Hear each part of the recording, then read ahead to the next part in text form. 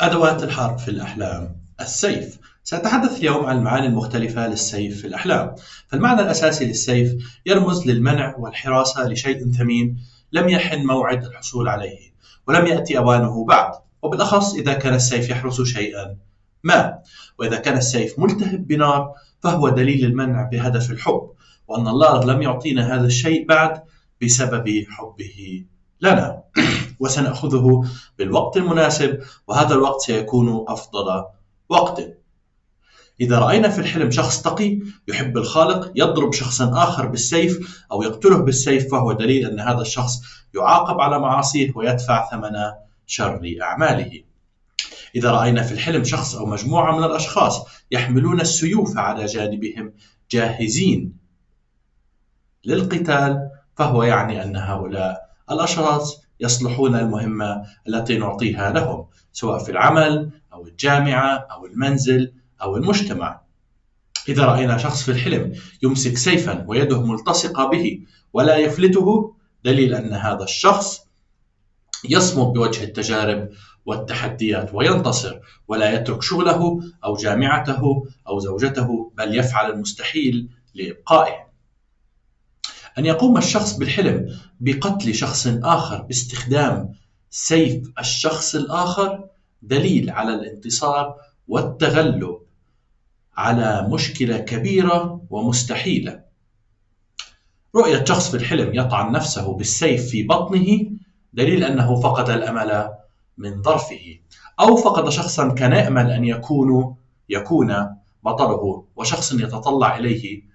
وعلى الحالم هنا أن يعرف أن الإنسان لا يجب أن ينظر إلى الناس بل للخالق، فهو مصدر الحياة والأمل، ولا يفقد الأمل، فلا يأس مع الحياة ولا حياة مع اليأس. إذا رأينا شخصا بالحلم يفتخر بسيف جميل وبهي، فهذا يعني أن هذا الشخص تقي ومتواضع ويضع اتكاله على الخالق.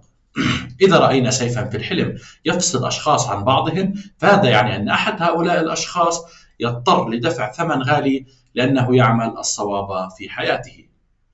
إذا رأينا في الحلم سيفا يشحذ ويسن ويمضى، فهو تحذير لنا أن نتوب عن معاصينا قبل أن نعاقب عليها. رؤية سيف ذو حدين في الحلم معناها أن الحالم سوف يتلقى الإلهامات من الخالق. إذا رأينا شخصا في الحلم يستخدم السيف لقطع عضو في جسد شخص آخر مثل اليد أو الرجل أو الأذن أو الأنف إلى آخره، فهذا يعني أن هذا الشخص شخص متهور وطائش ويؤذي الآخرين بطيشه، مع أن قلبه نقي، وعلينا أن نحتويه حتى ينضج. إذا رأينا لسان شخص في الحلم على شكل سيف، فهذا دليل أن هذا الشخص يؤذي الآخرين بلسانه وكلامه. إذا رأينا شخصا في الحلم يتحول لسيف، فهو دليل أن هذا الشخص شاهد زور وكاذب. إذا رأينا شخصا يحمل سيفا أكبر من حجمه في الحلم، فهو دليل أن الشخص يحاول أن يكون شخصا لم يخلقه الله ليكونه، ويحاول تقليد الآخرين. رؤية شخص أو ملاك يعيد السيف إلى غمده دليل أن العقاب انتهى وجاء وقت الفرح. إذا رأينا سيفا في الحلم يتحول إلى منجل، فهو دليل أن وقت المشاكل والصعاب والحروب انتهى وجاء وقت السلام.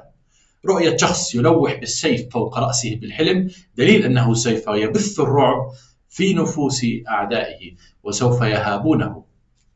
شراء سيف في الحلم دليل على الاستعداد لقدوم أيام صعبة. وشكرا.